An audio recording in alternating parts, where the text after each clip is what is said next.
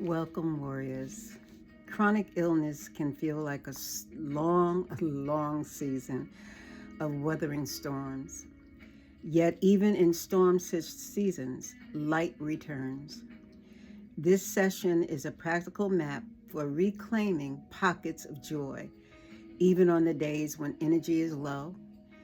Joy here is small, sustainable, and life affirming.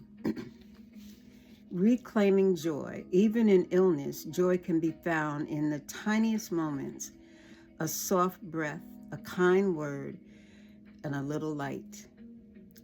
As always, before I get started, I must remind you that this video is for informational purposes only and is not a substitute for medical advice, diagnosis, treatment, or pharmaceutical guidance.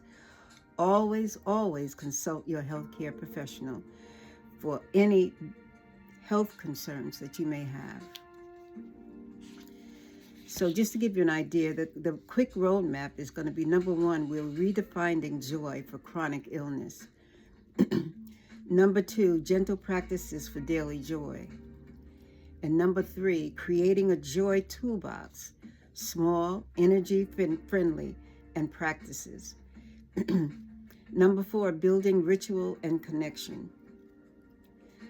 Number five, when joy feels impossible, compassionate steps. So number one, redefining joy. Joy does not have to be big events for people with chronic illness. Joy can be a warm cup of tea that tastes like calm, 5 minutes of sunlight, a kind message, a creative moment. Tiny, reliable moments repeated are powerful. Number two, gentle daily practices. Just bite-sized pieces. Micro pleasures, 1 to 5 minutes. Savor a favorite scent. Mine is lavender. Listen to one of your favorite songs. Watch a funny 30-second clip. The 3 good things mutual. I'm sorry. I'm struggling today, but that's okay. I'm going to get through this. The 3 good things ritual. Each night, name 3 small good things that happened. They don't need to be huge, just small little things that we show our gratitude for. Sensory anchors, a soft blanket, warm socks, a favorite mug. Use them deliberately to create comfort. Movement for delight, gentle stretching, slow dance to one song. Focus how movement feels instead of performance. Creative sparks, 1 line of writing. You don't have to write a paragraph, just 1 line. 1 small doodle, a single collage image, not to finish, just to play. Just little things. Number 3, a joy toolbox, practical and portable. Make a small box or folder with 3 calming playlists, 1 upbeat, 1 soothing, 1 guided meditation. 5 written prompts for when you need perspective.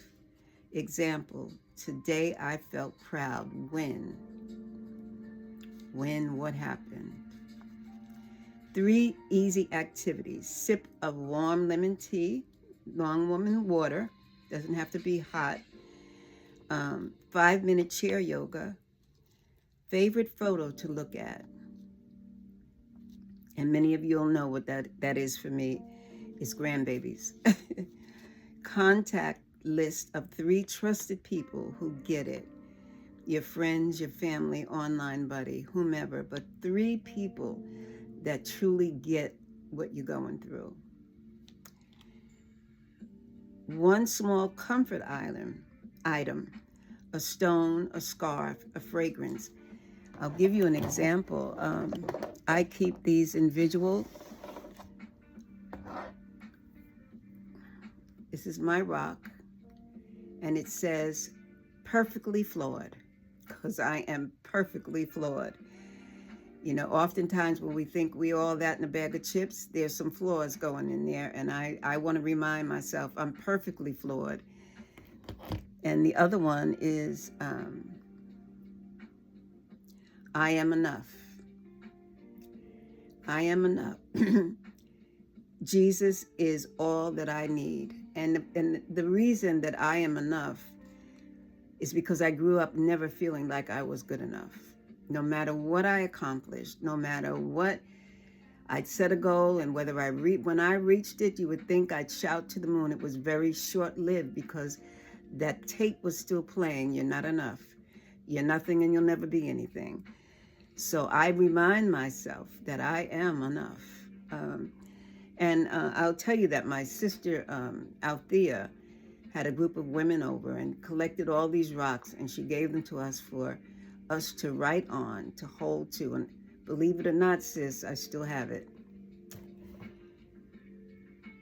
So those are some of the things that you could do just to remind yourself, because I'm going to tell you that dealing with chronic illness is no joke. And it's things that keep popping up out of, you think it's out of nowhere, but it obviously goes along with whatever you're going through, whatever diagnosis you have. And you need something to ground you, to remind you of who you are. And so I have it right in my office area where I can see it at all times. And I'll even pick it up. I'm perfectly flawed. So whatever flaws I have, I no longer beat myself up for it. I'm perfectly flawed. God made me who I am, and I'm perfectly who I am, okay? Do I need changes? I make them when I tweak myself, but I still am. I'm not tearing myself down. I am perfectly flawed. Use one item from the box every day, even if it's just for 60 seconds. Just to remind yourself to hold on. Number 4, rituals and connection. Morning micro ritual, a sample grounding practice. 3 breaths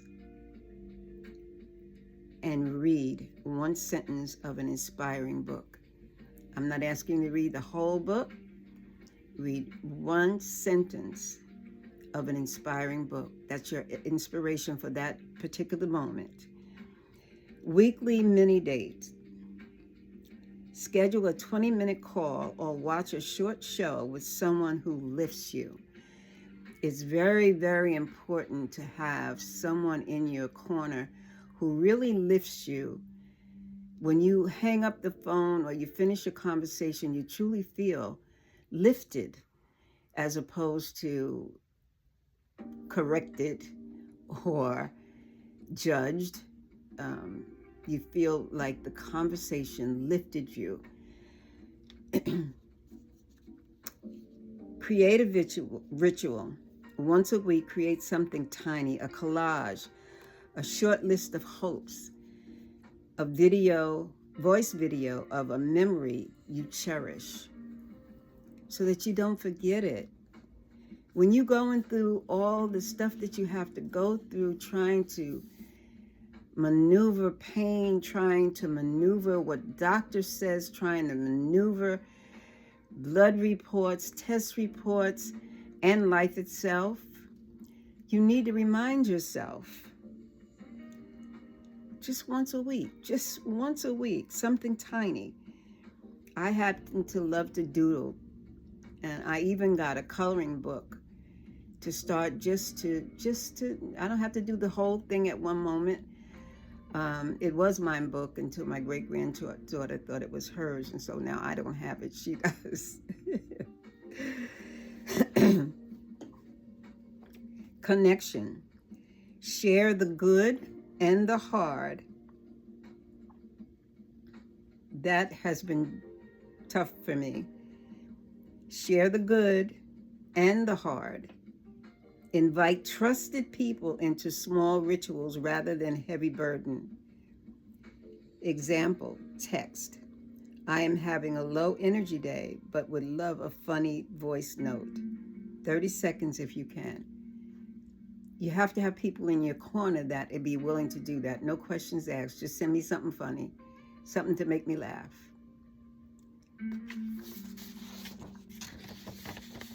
Number 5, when joy is impossible, compassionate steps. Permission to grieve. Acknowledge loss without forcing cheer. Tears are a part of healing. I cannot say that enough. Stop holding back the hurt. Stop holding, because it's not easy, okay? I'm just going to be straight out with you. This is not easy. And sometimes you just want to scream to the top of your lungs. Give yourself permission to do that. It's all part of healing. Many wins journal. Just many wins. When movement is impossible, list sensations. Room smells like coffee. The sun on my cheek. Just little things. Lift it. Professional support. A therapist or spiritual director can help hold grief and find meaning. I'm going to read that again. Professional support. A therapist or spiritual director can help hold grief and find meaning. And I'll give you an example of that. My pastor came by yesterday because I have not been able to go to church for the last 3 months. And he came by to check on me.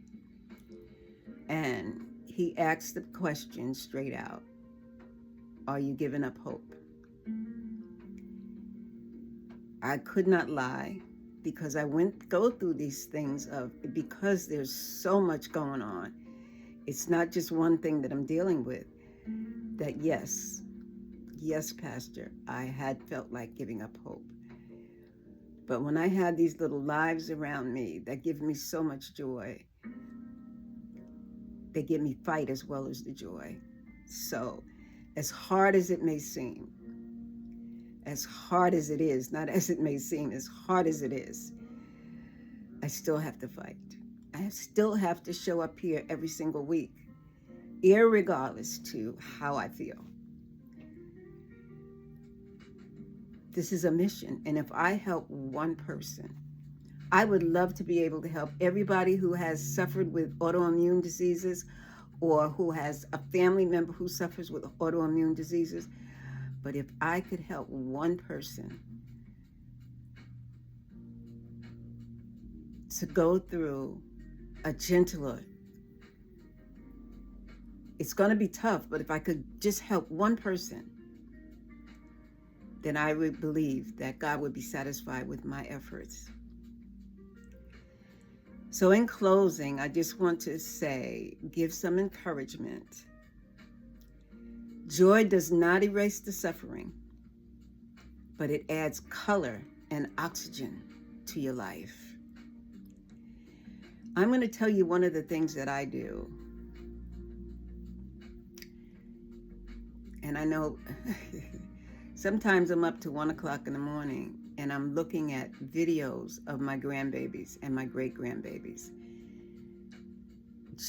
Those are the joys that I have to keep filling my heart with.